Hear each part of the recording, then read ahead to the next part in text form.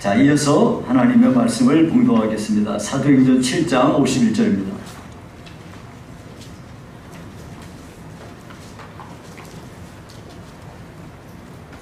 사도행전 7장 51절 51절에서 60절입니다. 제가 봉독해 드리겠습니다. 목이 곧고 마음과 귀에 할례를 받지 못한 사람들아, 너희도 너희 조상과 같이 항상 성령을 거스르는도다. 너희 조상들이 선지자들 중에 누구를 박해하지 아니하였느냐? 의인이 오시리라 예고한 자들 그들이 죽였고, 이제 너희는 그 의인을 잡아준 자요 살인한 자가 되나니 너희는 천사가 정한 율법을 받고도 지키지 아니하였도다 하니라.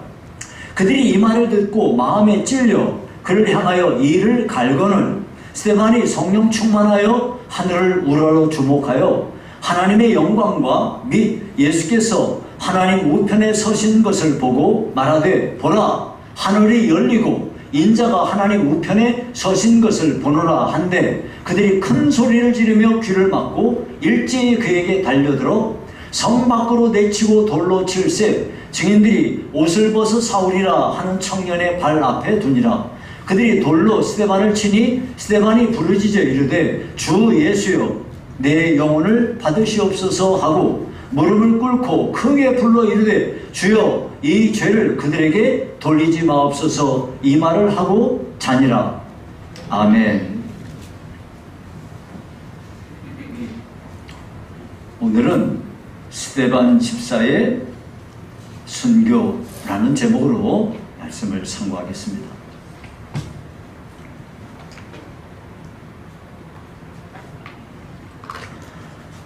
여러분, 교회는 순교자의 피 위에 세워졌습니다.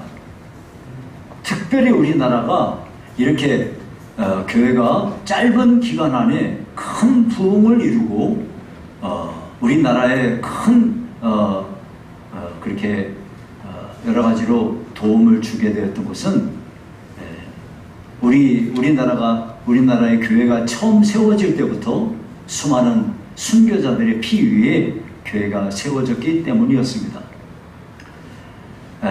그래서 오늘은 기독교 역사상 최초의 순교의 피를 흘린 스데반 집사에 대한 말씀을 드리고자 합니다. 그가 순교하기 전에 무슨 설교를 했는지, 이 설교를 들은 자들이 그들의 반응이 어떠했는지, 그리고 이 스데반 집사의 순교가 끼친 그 영향이 무엇인지에 대해서 여러분들에게 말씀을 드리도록 하겠습니다. 자, 먼저 스데반 집사는 그의 설교가, 여러분 우리가 읽지 않았지만 여기 7장 전체에 걸쳐서 쭉 설교가 기록되고 있습니다. 여러분, 근데 스데반 집사를 산헤드린 공회에 고소한 자들은 두 가지를 그에게 혐의를 뒤집어 씌웠습니다.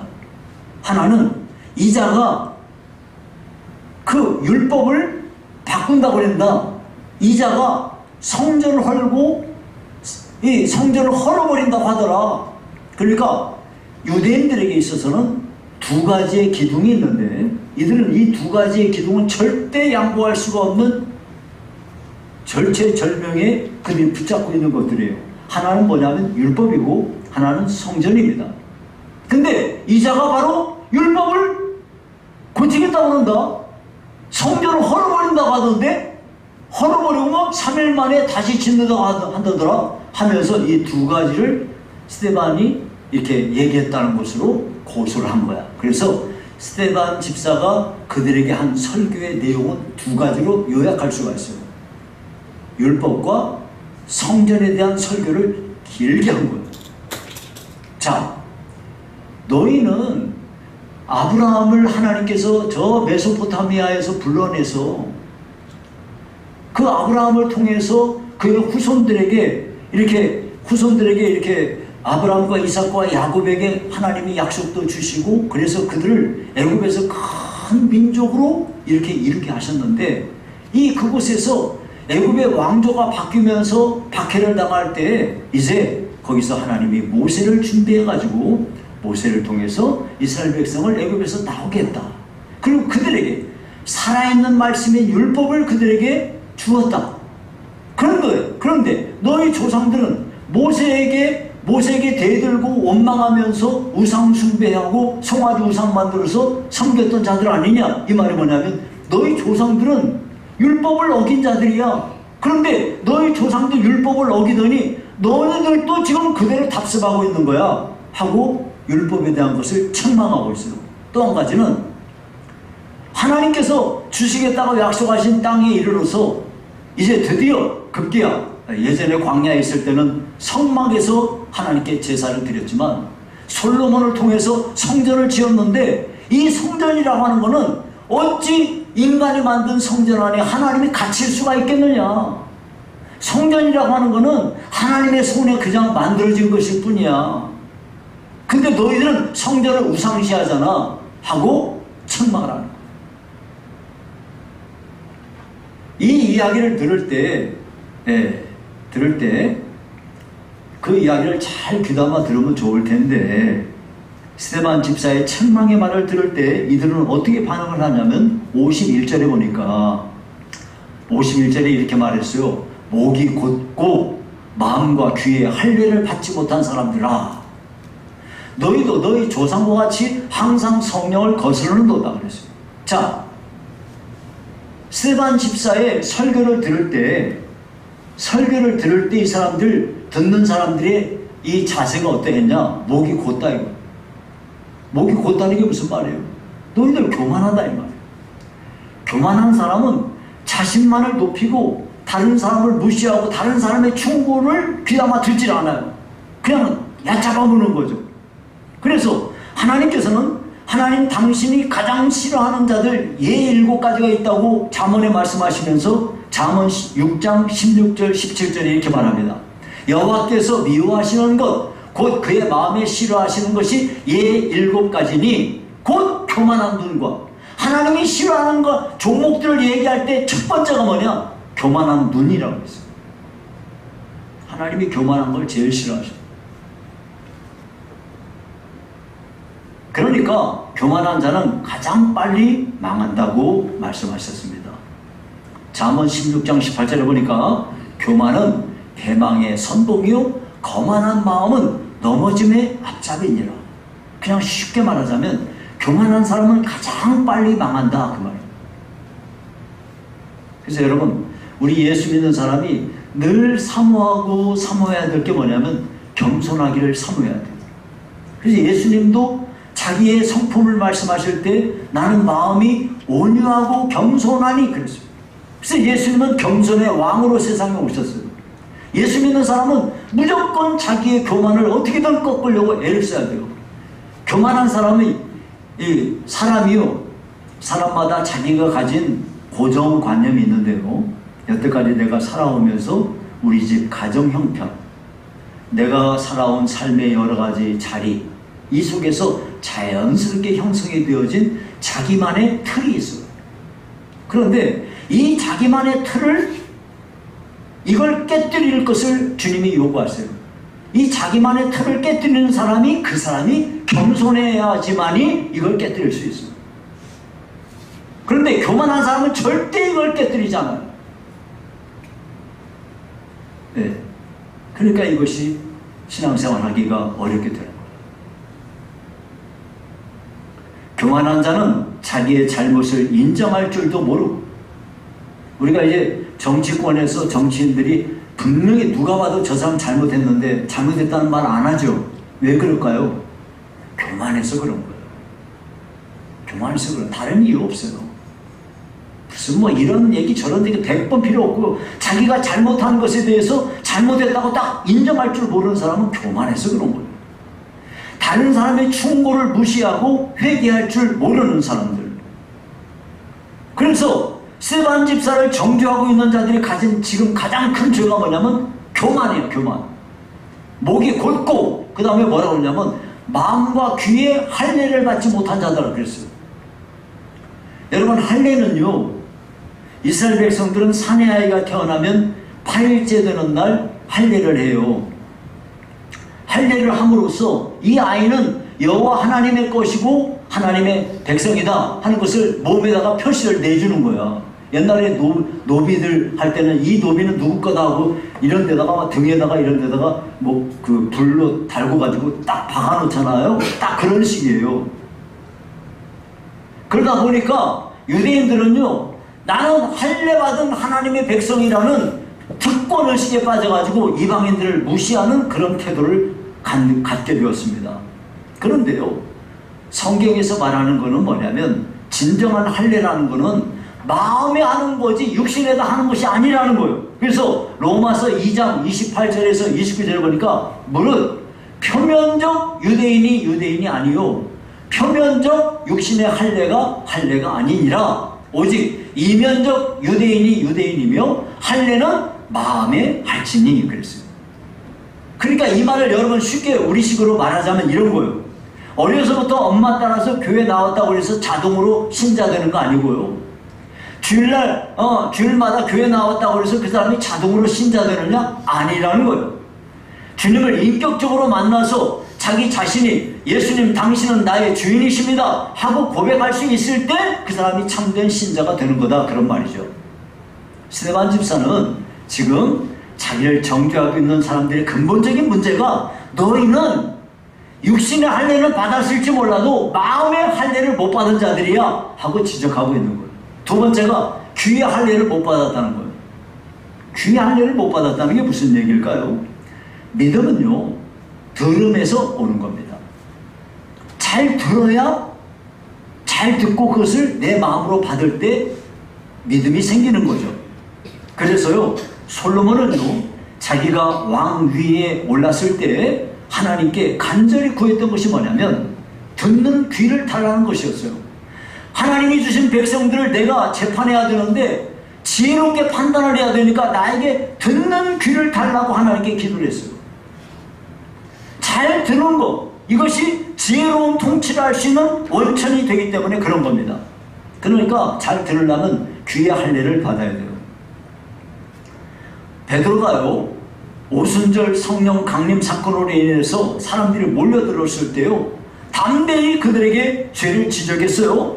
그렇게 설교를 하니까 백성들이 어떻게 반응합니까? 형제들아, 우리가 어찌 알고 그랬어요.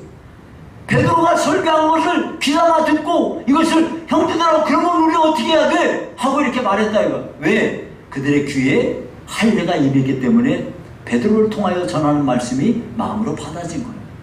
근데 지금의 경우는 뭡니까? 스데반이 지금 틀린 얘기 한 게 한 개도 없어요. 다 성경에 있는 얘기를 한 거예요. 그런데 이들은 그 말을 듣고서 어떻게 했어요? 예. 귀에 할례가 임하지 않으니까 그것을 고깝게 들어버리고 음식 이 천사를 통하여 주시는 이 스데반 집사가 주는 말에 귀를 닫아버리고 그렇게 완악하게 해버린 거죠. 이와 같이 목을 곧게 하여 교만하고 마음에 할례가 없고 귀에 할례를 받지 못하니 이들이 어떻게 됐느냐? 성령을 거스려 행합니다.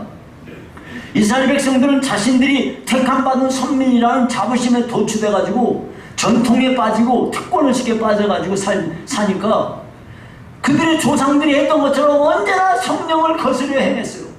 너희들이 지금 성령을 거스려 행한다 이거. 그러니까 여러분, 우리가 신앙생활하면서 교만하잖아요. 그러면 자기도 모르게 사탄에게 도구로 쓰임받게 돼요. 정말 주의하셔야 됩니다. 나는 지금 뭐 원칙대로 하고 뭐 나는 정의가 바르고 뭐 어떻게 이런저런 얘기를 할지는 모르지만 자기가 교만하잖아요. 그러면요, 교만하게 행하는 그 자체를 사탄이 이용해 가지고 그 사람을 통해서 교회 공동체를 파괴하고 다른 사람에게 시험을 안겨주고 그렇게 하는 거죠. 그게 바로 성령을 거스려 행하는 것이 됩니다. 참 주의를 해야 돼요. 뿐만 아니라 이들은 어떻게 했습니까? 의인들을 잡아 살인했습니다. 하나님께서는 이스라엘 백성들이 잘못된 길로 가니까 그들이 우상 숭배하고 불순종하니까 그들을 책망하고 회개하게 하기 위해서 선지자들을 보냈어요. 그랬더니 어떻게 합니까? 하나님이 보낸 선지자들 전부 박해를 합니다. 나중에는요, 하나님께서 의인이 오리라, 즉 다시 말하면 하나님께서 너희를 구원할 메시아를 보내줄 거야 하고 의인이 올 것이라는 것을 예언했더니 그런 자들 잡아다가 죽입니다. 드디어 하나님께서 약속하신 대로 의인이신 예수 그리스도가 세상에 왔더니 너희들은 어떻게 했느냐? 그를 잡아서 죽이지 않았느냐? 너희들이 살인자야 하고 지금 스데반 집사가 책망한 거예요. 그러면서 53절에 이렇게 지적을 합니다. 너희가 천사가 전한 율법을 받고도 지키지 아니하였도다. 천사가 전한 율법, 너희가 바로 율법을 지키지 않은 자들이야. 날 보고 뭐 율법을 거스른다고 말해? 너희들이 율법을 지키지 않는 거야 하고 책망을 했단 말이에요. 이스라엘 백성들은 율법을 문자 그대로 그 의미와 규례만 지켰을 뿐 율법이 주는 진정한 그 이면에 담긴 참 의미를 깨닫지 못하고 살았던 거예요. 그렇기 때문에 예수님께서는 항상 어떻게 얘기하십니까? 외식하는 서기관과 바리새인들이요 하면서 책망을 하지 않습니까? 결국 스데반 집사를 정죄하고 있는 자들은 너희들이 율법을 안 지키는 거야 하고 이렇게 주장을 한 것이죠. 참 여러분, 이 스데반 집사가 지적한 것을 우리가 마음에 깊이 새겨야 되겠어요. 우리가 나도 모르게 목이 곧고 마음과 귀의 할례를 받지 아니하면 나도 모르는 사이에 사탄에게 도구가 되어 하나님의 나라를 방해하고 하나님의 교회를 파괴하는 사람이 될 수 있어요. 여러분 언제든지 여러분이 신앙생활하는 모든 여정 가운데 항상 겸손하게 행하기를 사모하시고 여러분 마음속에 하나님, 저는 어떤 규례라든지 외식적인 이런 외적으로 보이는 그런 것에 신앙생활하지 않고 그 내면에 담겨있는 참된 중심, 하나님은 사람의 중심을 본다 하셨으니 저는 중심으로 하나님을 섬기는 사람이 되게 하시고 남들 눈치 보고 누가 나 볼세라 이런 거 그런 거 따지지 아니하고 하나님 앞에서 신앙생활을 하게 해주십시오. 이렇게 하셔야 돼요. 하나님 저는 귀의 할례를 받게 해주세요.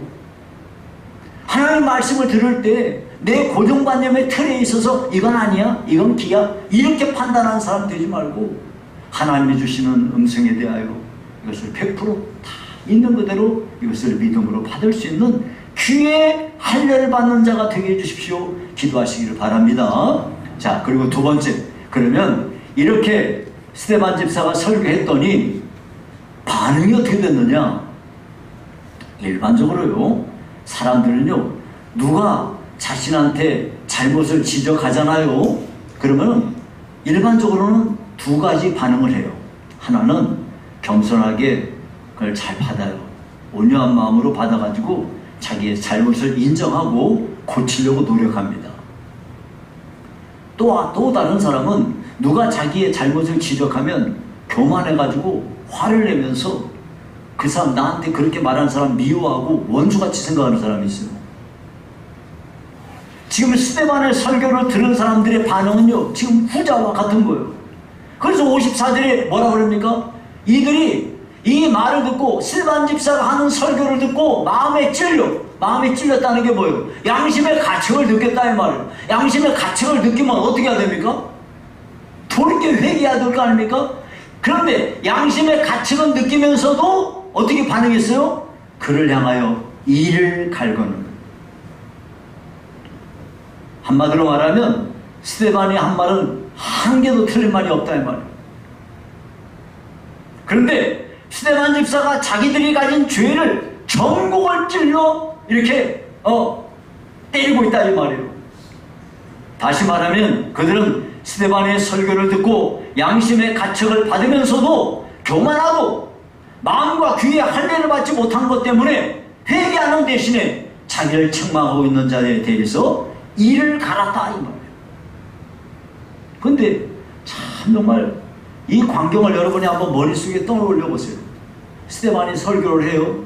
그 설교를 들은 사람들이 이를 갈고 있어요. 막 분노가 막 끌어올라가지고 눈이 막 새빨갛게 충혈됐어요. 이런데 스데반은 어떤 모습이냐?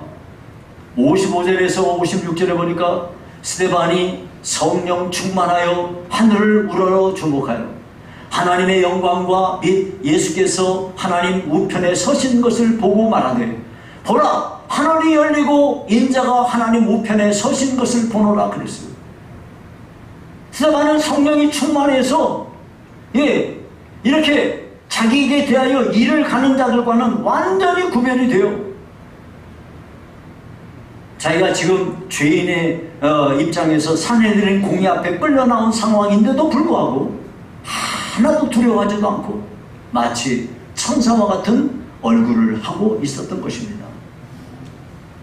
그러면서 그는 하늘을 우러러 보았습니다. 여러분, 세상 사람들은 대개 다 땅을 보며 살아갑니다. 그러나 하나님의 백성은 하늘을 우러러 바라보며 사는 자들입니다. 근데 스데반이 하늘을 우러러 볼 때 하나님의 영광을 보았다고 그랬어요. 여러분, 성경에 보니까 여기 55절에 그래요. 하나님의 영광과 및 예수께서 하나님 우편에 서신 것을 본다고 그랬어요. 성경에 보면 하나님을 보고 살 자가 없어요. 그런데 이제 곧 순교를 눈앞에 둔 스데반 집사에게 하나님께서는 자기의 영광을 그에게 보여주십니다. 더불어 예수님께서 하나님 우편에 서신 것을 보았다고 그랬어요. 56절을 보니까 보라 하늘이 열리고 인자가 예수님이 하나님 우편에 서신 것을 보노라. 예수님께서는 자기의 종인 이 스데반 집사가 순교의 제물이 되는 이 순간 가만히 앉아 계실 수가 없었습니다. 그래서 예수님은 자리에서 일어나 스데반을 주목하여 보고 계신 것입니다. 그러자 이 말을 들은 유대인들은 큰 소리를 지르면서 귀를 막고 일제히 그에게 달려들어 그를 성 밖으로 내치고 돌로 쳐서 죽이고 말았습니다. 본래 유대인들은요 사람을 죽일 수가 없어요. 아무리 큰 죄를 저지른 사람이라 하더라도 로마 권력자에게 가서 총독에게 가서 이 사람을 사용해 주십시오 하고 허락을 받아야만 집행할 수가 있는 거예요. 그런데 지금 이 순간 유대인들은 집단적으로 흥분한 나머지 거의 다 미친 자들로 돌변하여 스데반 집사를 살해하고 만 것입니다.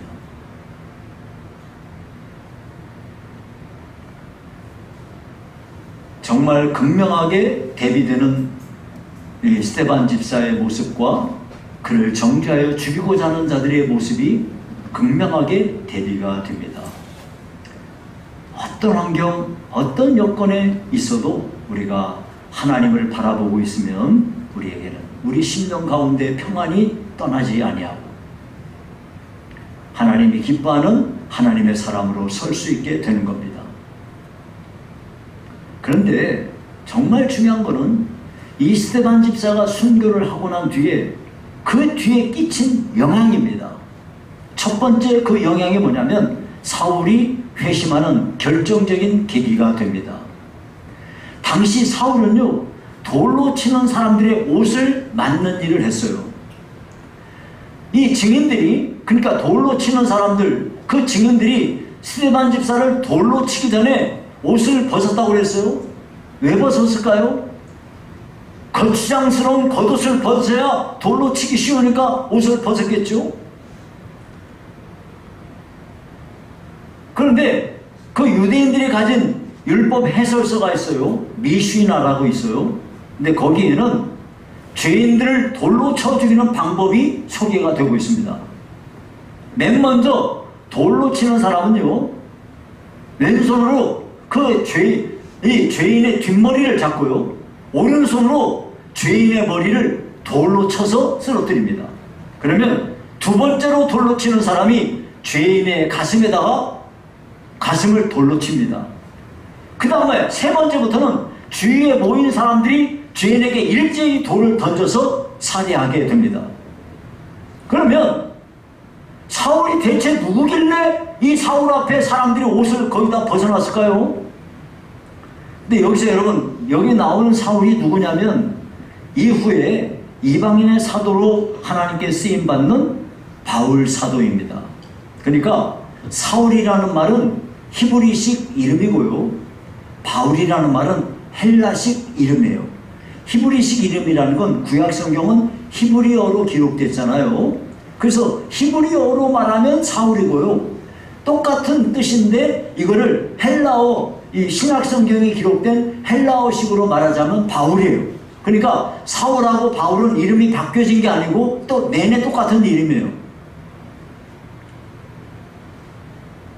그런데 우리가 알 수 있는 거는 이 사울이 비록 젊은 나이였지만 산헤드린 공회에서 인정받는 영향력이 있는 사람이었을 것으로 추측이 되는 거죠. 왜냐하면 그 사람 앞에 사람들이 겉옷을 벗어났으니까요.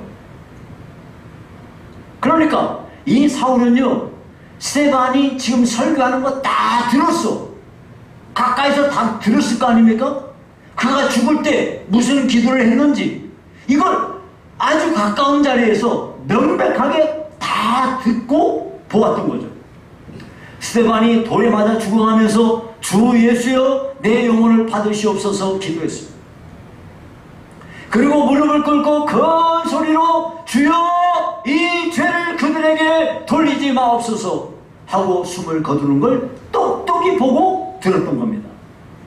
이때 사울은 스데반 집사가 죽으면서도 어떻게 그렇게 당당하고 천사 같은 얼굴을 하고 자신을 돌로 치는 자를 위해서 기도하는 것을 보면서 많은 생각을 했을 겁니다. 그럼에도 불구하고 사울은 그 당시에 스데반 같은 자는 죽어 마땅하다고 여겼습니다.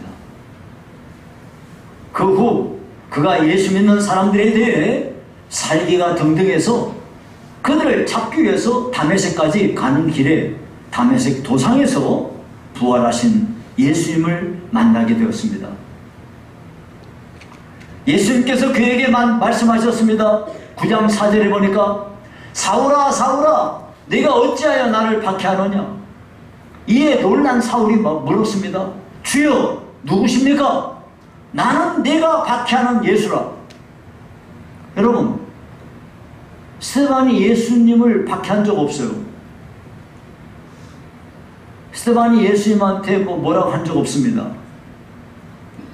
근데 나는 내가 박해하는 예수다 라고 말할 때 스데반은요, 스데반 집사가 순교할 때 장면이 눈에 환하게 보였을 겁니다. 자기가 무슨 짓을 했는지.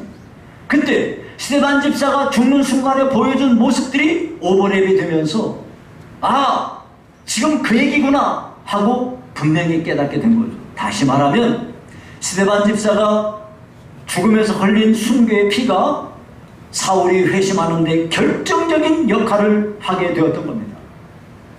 그러니까 사탄은요, 스데반 집사가 성경에 박식해가지고 누구하고 대면해서 이야기를 해도 말에 지지도 않고 하나님의 말씀을 그렇게 복음을 잘 전파하니까 이 사탄이 스데반 집사 죽여서 그의 입을 막아버려야겠다 라고 생각을 한 거죠.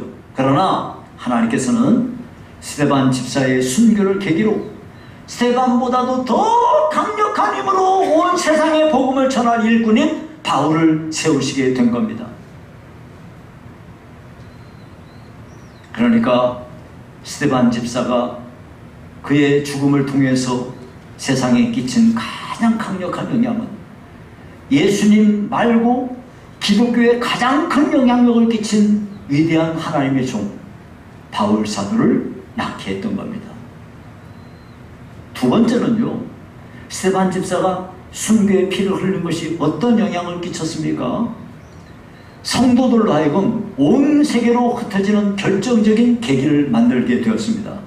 8장 1절에 보면 그날에 예루살렘에 있는 교회에 큰 박해가 있어 사도 외에는 다 유대와 사마리아 모든 땅으로 흩어지니라. 사도행전 1장 8절에 말씀했습니다. 오직 성령이 너희에게 임하시면 너희가 권능을 받고 예루살렘과 온 유대와 사마리아와 땅끝까지 이르러 내 증인이 되리라 그랬어요. 그런데 지금의 현실은 예루살렘에만 성도들이 모여 있는 겁니다. 이들이 나가야 되는데 이들이 예루살렘을 떠나서 저기 사마리아로 가야 되고 유대로 가야 되고 그리고 이제 세계로 뻗어나가야 되는데 가만히 예루살렘에 모여 있으니까 스데반이 순간 것을 계기로 하여 하나님의 백성들이 다 흩어지게 만들었던 겁니다. 스데반이 죽는 날부터 기독교에 대한 적의를 품은 유대 종교 지도자들과 정치 권력자들이 그 여세를 모아가지고 기독교에 대한 대대적인 박해를 가했습니다. 이로 인해서 예루살렘에만 모여있던 성도들은 죽음을 피해서 예루살렘을 떠나서 온 천하 여러 곳으로 흩어지게 되었습니다. 사탄은 이렇게 해서 교회를 와해시키려고 했습니다. 그런데 천만에 성령께서는 스데반 집사의 순교를 통해서 온 천하 만민에게, 오늘날 우리에게까지 복음이 전파되게 하는 주님의 명령이 성취되도록 성도들을 천하로 흩어 놓으셨던 겁니다. 그러니까 스데반 집사의 순교는 기독교 역사상 가장 강력한 영향을 끼치게 되었던 것이라 할 수 있습니다. 이제 말씀을 맺습니다. 스데반 집사에게 돌을 던진 자들은 왜 돌을 던졌나요? 그들의 목이 곧고 마음과 귀에 할례를 받지 못했기 때문이었습니다. 여러분, 이들이 하나님 모르는 사람입니까? 아닙니다. 하나님 아는 사람들이었어요. 이 말을 오늘 우리식으로 말하자면 교회에 가장 해를 끼치는 사람들이 어떤 사람입니까? 예수 안 믿는 사람? 하나님 모르는 사람? 천만에요. 교회에 가장 큰 해를 끼친 사람은 교회 역사를 통해서 보면은 하나님 믿는다고 하는 사람들이 이런 짓을 하는 거예요. 하나님 믿는다고 하는 사람들이 그렇게 교회를 타락시켜가지고 도저히 안 되니까 종교개혁이 일어나지 않습니까? 지금도 마찬가지예요. 하나님의 교회에 어떤 사람이 하나님의 교회를 파괴하고 하나님의 교회에 어려움을 끼칩니까? 목이 곧고 마음과 귀에 할례를 받지 못한 사람들이 그렇게 하는 겁니다. 저는 소원하건대 이 자리에 계신 여러분들 가운데 할 수만 있으면 하나님 앞에 겸손하기를 힘쓰고 여러분은 마음의 할례를 받으십시오. 중심으로 신앙생활 하시지 겉모습만 가지고 누가 볼세라, 목사님이 보시면, 누가 보면 그런 걸 왜 합니까? 그게 무슨 의미가 있습니까? 하나님은 사람의 중심을 보신다 하셨어요. 우리 내 마음 중심으로부터 하나님을 섬기는 성도들이 꼭 되시기를 힘쓰시고요. 더 중요한 게 있는데 귀의 할례를 받으셔야 돼요. 설교를 들으실 때도 귓등으로 듣지 마시고 한 귀로 듣고 한 귀로 흘리지 마시고 설교를 들을 때 마음을 다해서 듣고 저 말씀은 목사님을 통해서 하나님이 내게 주시는 말씀이야. 이렇게 받아서 여러분 마음판에 새기고 순종할 수 있기를 바랍니다. 두 번째가요. 여러분 우리가 볼 때 스데반 집사 억울하게 순교했어요. 뭘 잘못했어요? 잘못한 게 없는데. 그런데 하나님께서는 하나님의 종을 어떤 사람은 이렇게 쓰시고 어떤 사람은 이렇게 쓰시고 그래요. 하나님이 어떤 방면으로 날 쓰시더라도 하나님 저는 하나님의 뜻을 이루는 사람으로 사용되기를 소원합니다 하고 주님 앞에 이 스데반 집사는 자기를 순교의 제물로 하나님께 드리게 됐던 겁니다. 여러분 우리들도요. 우리의 삶을 통해서 스데반 집사는 죽지만은 얼마나 위대한 일을 했습니까? 자기 대신 탁월한 하나님의 사람을 일으키지 않습니까? 또 하나님의 복음이 세상 땅끝까지 전파되는 일에 결정적인 역할을 하지 않습니까? 우리들도요. 주님 앞에 이런 자세로 하나님이 기뻐하는 곳에 저 같은 사람도 써주시기를 바랍니다. 이렇게 해서 하나님 앞에 영광을 돌리는 저와 여러분이 될 수 있기를 주의 이름으로 축원합니다.